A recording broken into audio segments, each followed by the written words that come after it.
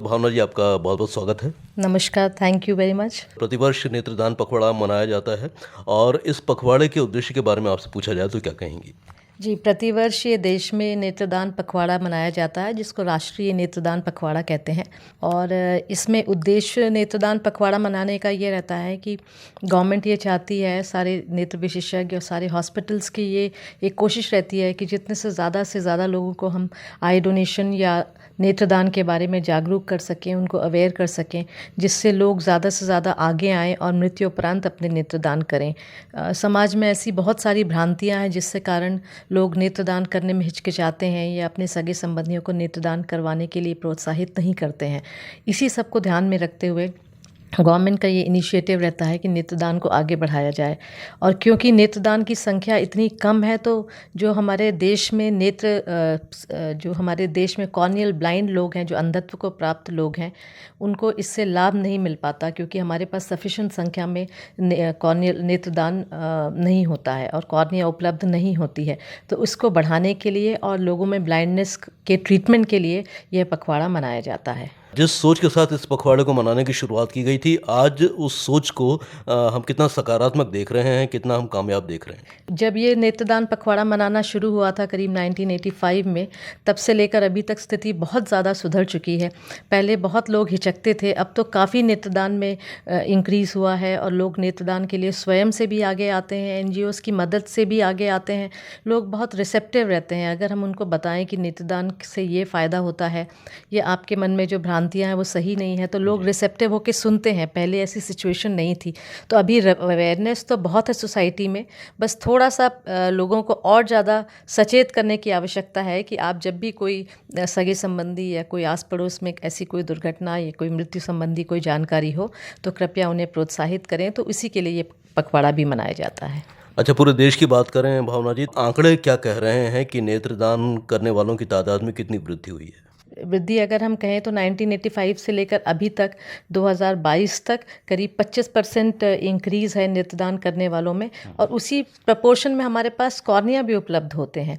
तो काफ़ी एक बहुत ही एनकरेजिंग रिस्पांस है, ये लोगों का बहुत उत्साहित कर देने वाला रिस्पांस है। और यही कारण है कि इस पखवाड़े को मनाया जाता है कि जिससे और ज़्यादा से ज़्यादा लोगों को हम इस के लिए प्रोत्साहित कर सकें। एक सवाल मेरे मन में ये आ रहा है कि नेत्रदान संबंधी जागरूकता बढ़ाने के जो आपके प्रयास हैं, उसमें आपने किस प्रकार से नए परिवर्तन लाने की कोशिश की है? कुछ नए आपने तरीके ईजाद किए हैं उसके लिए? हम पहले तो अवेयरनेस कैंप्स वगैरह करते हैं, लोगों के पास खुद जाते हैं अपनी टीम्स लेके, उनको आई डोनेशन के बारे में लेक्चर देते हैं।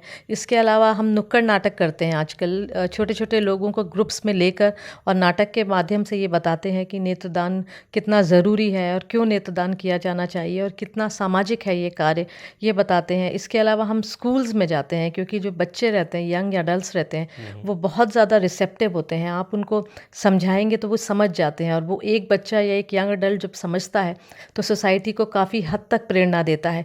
तो हम स्कूल्स में, कॉलेजेस में हम ये नेत्रदान अवेयरनेस प्रोग्राम चलाते हैं और वहाँ जाके लेक्चर्स लेते हैं और बच्चे बड़े उत्सुकता से हमसे सवाल पूछते हैं और उनके मन में जो भी भाव रहते हैं उसको वो दे एक्सप्रेस, तो वो उसमें ये समझ में आता है कि दे आर वेरी रिसेप्टिव और वो नेत्रदान के मैसेज को ज़रूर आगे लेके जाएंगे। इसके अलावा हम बच्चों का स्कूल्स का गाइडेड टूर कराते हैं अपने यहाँ डिपार्टमेंट ऑफ ऑफ्थेल्मोलॉजी में। जो बच्चे स्कूल के रहते हैं वो बच्चे खुद उनका स्कूल उनको लेके आते हैं, जैसे 40 के 50 के ग्रुप्स में आते हैं। वो पूरा आई बैंक की फंक्शनिंग देखते हैं, डिपार्टमेंट नेत्र विभाग की फंक्शनिंग देखते हैं और खुद प्रोत्साहित होते हैं कि हम कितना अच्छा काम कर रहे हैं और हम कैसे इस काम में अपना योगदान दें। तो ये सारी एक्टिविटीज़ करते हैं। इसके अलावा पोस्टर कॉम्पिटिशन्स हुए, स्लोगन कॉम्पिटिशन हुए, ये ओल्ड एज होम्स में, वृद्धाश्रम में जाके हम लोगों को अवेयरनेस देना, अवेयरनेस रैली करना।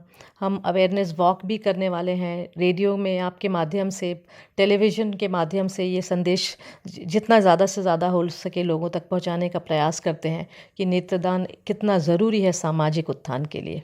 बहुत सारी आपने बड़ी बड़ी हस्तियों को, जो कि कलाकार हो सकते हैं, खिलाड़ी हो सकते हैं, उनको भी आपने जनता के सामने लाने की कोशिश की है ताकि उनसे भी प्रेरणा लेकर लोग नेत्रदान करने के लिए आगे आएँ। तो ये कितना कारगर सिद्ध हुआ है और इसमें आपको कितनी कामयाबी मिली है? देखा होगा, सुना भी होगा न्यूज़ में कि बड़े-बड़े लोग नेत्रदान के लिए आगे आते हैं। जैसे अगर आप कहें तो अमिताभ बच्चन हैं, ऐश्वर्या राय हैं और भी कई स्टार्स हैं। हमारे खुद के माननीय मुख्यमंत्री महोदय शिवराज सिंह चौहान जी ने भी अपने नेत्रों को प्लेज किया हुआ है आई डोनेशन के लिए।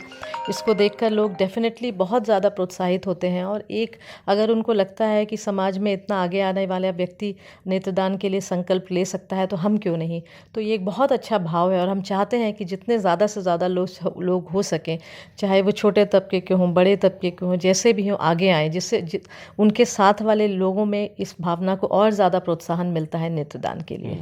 जो लोग जानना चाहते हैं कि नेत्रदान किस तरीके से किया जाए, तो आप श्रोताओं को बताएं कि नेत्रदान का संकल्प लेने के लिए क्या प्रक्रिया होती है और उसके बाद किस प्रकार से आई डोनेट की जा सकती है। नेत्रदान की प्रक्रिया बहुत ही सुलभ और बहुत ही सिंपल प्रक्रिया है। इसमें पहले तो एक प्लेज फॉर्म होता है। एक प्लेज फॉर्म आप आई बैंक से या आप एम्स भोपाल की साइट पे विज़िट करेंगे तो आपको नेत्रदान के लिए प्लेज फॉर्म मिलेगा। वो प्लेज फॉर्म को डाउनलोड करके आप उस फॉर्म को भर के ऑनलाइन भी भर के सबमिट कर सकते हैं। आप किसी भी नज़दीक के अस्पताल में जाकर एनजीओ की मदद से भी ये प्लेज फॉर्म भर सकते हैं। तो इससे हमको ये जानकारी मिलती है कि आप नेत्रदान के लिए इच्छुक हैं और आप अपनी इस इच्छा को अपने सगे संबंधियों को भी बताएं। एक तो प्लेजिंग प्रोसीजर हुआ। दूसरी प्रोसीजर हुआ जैसे आपके किसी सगे संबंधी की मान लीजिए अनफॉर्चुनेट इंसिडेंट कभी मृत्यु हो जाती है तो आप इस बारे में जानते हैं कि नेत्रदान से दूसरे किसी दृष्टिहीन व्यक्ति को फ़ायदा होता है तो आप इसके लिए पास के अस्पताल में, कोई भी क्लिनिक में, किसी भी प्राइवेट हॉस्पिटल में, मेडिकल कॉलेज में, किसी एनजीओ की सहायता से यह जानकारी दें कि आपके सगे संबंधी में ऐसी दुर्घटना हुई है या आपके पड़ोस में या मित्रों में और आप उनका नेत्रदान करवाना चाहते हैं। तो हमारी टीम आपके पास तुरंत आ जाएगी और घर में ही वो नेत्रदान की प्रक्रिया पूरी करके नेत्र अपने साथ लेकर चली जाती है और दूसरों को प्रत्यारोपित कर देती है। और मैं ये भी बताना चाहूँगी कि अब हम पूरे नेत्र नहीं निकालते, हम केवल बाहर की पुतली का एक पतला भाग निकालते हैं जिससे किसी तरीके का डिसफिगरमेंट नहीं होता है बॉडी में कि लोगों में ये भाव रहती है कि बॉडी नेत्रदान के बाद खराब दिखेगी या आंखों में गड्ढे दिखेंगे, ऐसा कुछ नहीं है। हम उसको बहुत पतली सी झिल्ली निकालते हैं, जितना ट्रांसप्लांटेबल रहता है वो निकाल के, तो कोई डिसफिगरमेंट नहीं होता है और इस प्रक्रिया में मुश्किल से आधे घंटे का समय लगता है। हम कुछ फॉर्म्स वगैरह सगे संबंधियों से भरवाते हैं और नेत्रदान की प्रक्रिया पूरी करके टीम नेत्रदान कराकर वापस आई बैंक में ले जाकर उनको किसी नेत्रहीन व्यक्ति को प्रत्यारोपित कर देती है। तो ये प्रक्रिया बहुत ही सिंपल है। आप किसी भी आई बैंक की साइट पे विजिट करें, आपको पूरी जानकारी मिलेगी। आपने क्या महसूस किया, क्योंकि आप तो लंबे समय से नेत्र रोग विशेषज्ञ के रूप में काम कर रही हैं, आई डोनेशन काम से भी जुड़ी हुई हैं, ये आंखें प्रत्यारोपित की जाती हैं तो उनके भाव क्या होते हैं जब वो एक अंधेरी ज़िंदगी से निकलकर सुनहरे दौर में पहुंचते हैं? बहुत अच्छा लगता है उनको देखकर। कई लोग बहुत दिनों तक, जैसे बच्चे रहते हैं जो बचपन से कई बार अंधत्व को प्राप्त रहते हैं खेलते समय या कोई आँख में छाला पड़ गया या विटामिन की डेफिशिएंसी से, तो उनको जब नेत्र प्रत्यारोपित होते हैं और वो देख सकते हैं तो उनकी खुशी का ठिकाना ही नहीं रहता। मैंने कई पेशेंट्स ऐसे देखे हैं जो बहुत थैंकफुल रहते हैं और ज़रूर, और उसके बाद वो ये भी कहते हैं कि हम भी अपने नेत्र दान करेंगे और अपने सगे संबंधियों को कराएंगे। So it is a very gratifying feeling, बहुत अच्छा लगता है उनको देखकर। और इसके अलावा जो लोग नेत्रदान करते हैं उनमें भी बहुत अच्छी फीलिंग रहती है कि अरे देखिए, हमने अपने नेत्र सगे संबंधी की किसी की नेत्रदान करवाए और देखिए उससे इनको फ़ायदा हुआ और ये कितने खुश हैं। तो मृत्यु उपरांत भी हमारा संबंधी जिनको नेत्र रिसीव हुए हैं रेसिपिएंट में जीवित है, तो एक बहुत ही अच्छी भाव है। और इसको आप कहें कि ये बिल्कुल एक्सट्रीम लेवल ऑफ डोनेशन है जो कि बहुत अच्छा सामाजिक कार्य है और मेरे ख्याल से सभी को आगे आना चाहिए। तो पहले के मुकाबले अब और कितनी तकनीक आ गई हैं ताकि हम अपनी आँखों को सुरक्षित रख सकें और आँख पूरी हमारी ख़त्म ना हो, उसके लिए बचाव के लिए भी आप कुछ इस प्रकार का काम करती हैं? आजकल तो किसी भी नेत्र रोग का इलाज संभव है। ऐसा कोई नेत्र रोग नहीं है जिसमें कि इलाज संभव नहीं है, एक्सेप्ट कि कुछ जेनेटिक बीमारियां जो कि पैदाइशी बीमारियां होती है। उसके अलावा सभी बीमारियों का इलाज संभव है। हम मोतियाबिंद से लेकर, पर्दे की बीमारी से लेकर, काली पुतली का प्रत्यारोपण से लेकर, मैक्युला से लेकर, जो बच्चों को आँखों में कैंसर की बीमारी रहती है या लिड्स की, आँखों के पलकों की तकलीफ़ रहती है, नर्व पैरालिसिस की रहती है, सभी तरीके का इलाज और बहुत अच्छे तरीके से इलाज हो जाता है। तो कोई डेफिसिट नहीं रहता है। बस ये है कि आपको इलाज सही समय पर और सही तरीके से मिलना चाहिए। उसके लिए आप नेत्र रोग विशेषज्ञ से संपर्क करें और कोशिश करें कि केवल नेत्र रोग विशेषज्ञ से इलाज लें। ये जो आपको गाँव में या छोटे शहरों में लोग छोटी क्लिनिक्स खोल के और जो ड्रॉप्स दे देते हैं, वो ड्रॉप्स स्वयं से कभी मत डालें, क्योंकि उससे हमने बहुत बार आंखों में छाले पड़ते देखा है।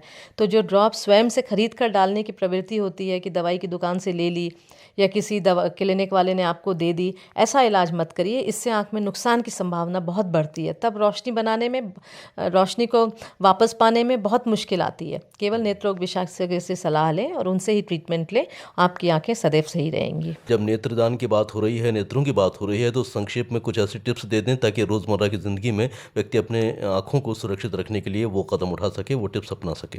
जी, तो आँखों को हमेशा साफ़ रखें, साफ़ पानी से सुबह उठकर धोएं, आँखों में ड्राइनेस नहीं आने दें। जहाँ पे धूल, धूप या धुएँ का ज़्यादा आपको प्रभाव दिख रहा है, वहाँ पर काला चश्मा लगा के रखें।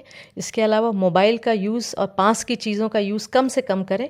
कोशिश करें कि बच्चे जो कि 12 साल से कम उम्र के बच्चे हैं, कम से कम 1 से 2 घंटे बाहर खेलें ही, उनको धूप से एक्सपोज़र ज़रूर दिलवाएं। ये बच्चों में प्रवृत्ति आजकल देखने को मिलती है कि वो दिन भर मोबाइल से चिपके रहते हैं या टीवी देखते रहते हैं या कोई भी गैजेट का यूज़ करते रहते हैं, गेम्स खेलते रहते हैं। उससे मायोपिया बहुत बढ़ रहा है। तो कोशिश करें कि बच्चे बाहर जाके खेलें, ग्राउंड में खेलें, उनको धूप से एक्सपोज़र हो। और इसके अलावा आँखों में चोट ना लगने दें। कोई भी चोट अगर लगती है तो वो उससे आँख में ट्रॉमा रहता है और रोशनी जाने की संभावना रहती है। तो कोशिश करें कि कोई भी जो ऐसा काम हो जिसमें चोट लगने की संभावना हो, वो ना करें। खुद ही कोई दवा लेकर कभी ना डालें। मैं ज़रूर कहती हूँ, ना भी दवा की दुकान से कोई ड्रॉप स्वयं ही लेकर डालें, ना कोई ऐसी छोटी-मोटी क्लिनिक से दवा लेकर जाने, क्योंकि इसमें कई बार लोग स्टेरॉइड्स प्रिस्क्राइब कर देते हैं। एक सफ़ेद रंग की बूंद की दवा होती है स्टेरॉइड, वो दवा डालने से आँख की रोशनी जाने का खतरा रहता है, तो वो दवा ना डालें। केवल अगर कोई तकलीफ़ है, लालपन है, तो आँख के डॉक्टर से संपर्क करें। आपकी आँखें सदा स्वस्थ रहेंगी। अंत में चलते-चलते आपका क्या संदेश है नेत्रदान पखवाड़े के संबंध में? मैं सभी से ये रिक्वेस्ट करूंगी कि नेत्रदान के लिए ज़्यादा से ज़्यादा लोग आगे आएँ, संकल्प पत्र भरें एवं नेत्रदान को अपने परिवार की परंपरा बनाएं। इस बातचीत के लिए और इतना समय देने के लिए, महत्वपूर्ण जानकारी हम तक पहुंचाने के लिए भावना जी, आपका बहुत-बहुत शुक्रिया। धन्यवाद। Thank you.